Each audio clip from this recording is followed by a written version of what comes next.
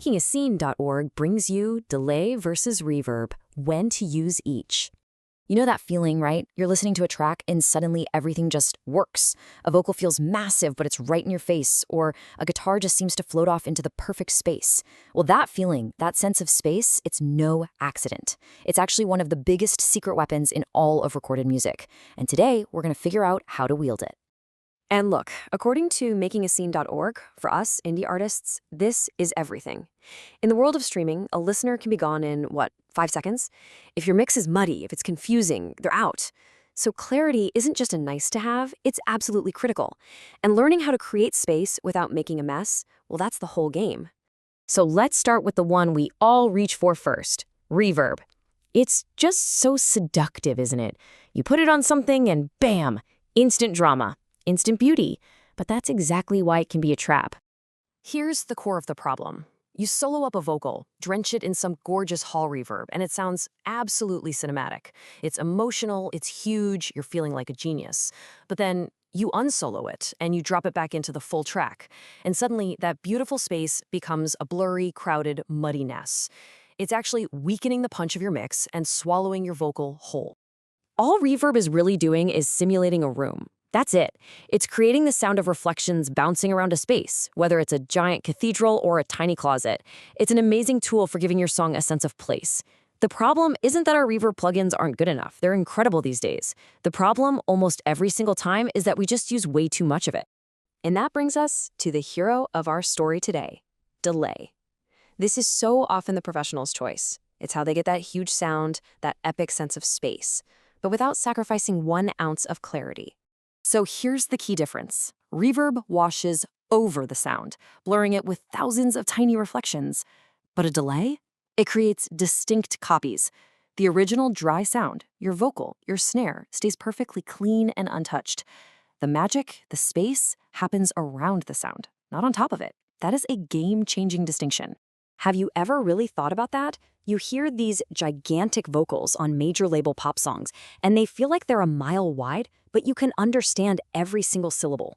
How on earth do they pull that off? I'll give you a hint. It's almost never a massive reverb.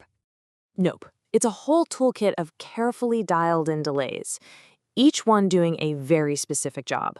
You might use a really short, subtle slapback delay just to give a vocal some body, or a rhythmic quarter note delay that tucks in just behind the beat to create width.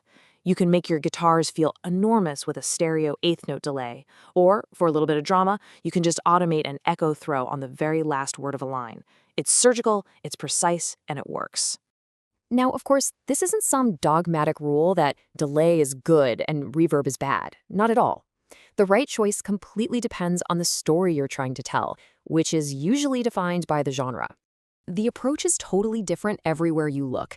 Think about country music. It's all about the lyric, the story. So the vocal is king. It's kept super dry and upfront, maybe with just a touch of delay for thickness, but rarely a big, washy reverb.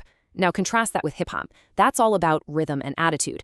The mix is dry, it's punchy. Effects aren't used for space, they're used for emphasis, like a quick delay throw on one specific word to make it pop. Every genre uses space to serve its ultimate goal.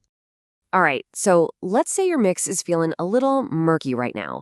What can you do, like today, to fix it? Here are 2 super powerful moves that you can use right away. Seriously, this one is a game changer. Don't just send your signal to a reverb and call it a day. Put an EQ on the reverb itself.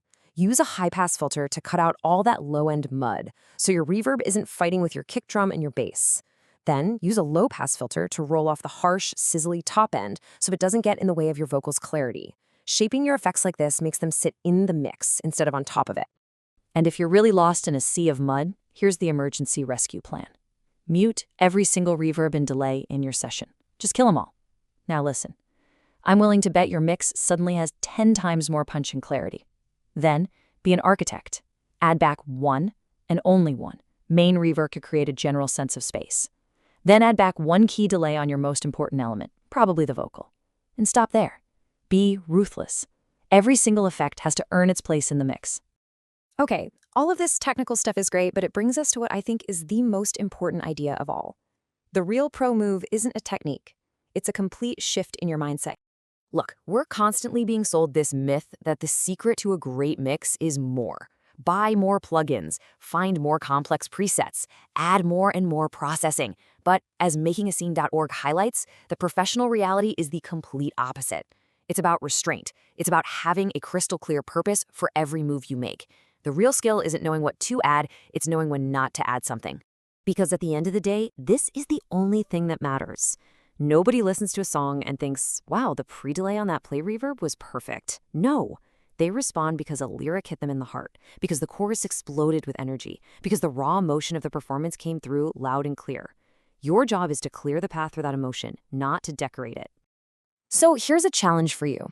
Tonight, open up whatever you're working on, find just one reverb or one delay that might be a little too much, and just turn it down, or maybe even mute it completely. And then ask yourself, does the song feel more powerful now? Does the emotion hit just a little bit harder? Make sure you check out the other great articles and resources on makingascene.org, the place the indie artist goes to build the music industry.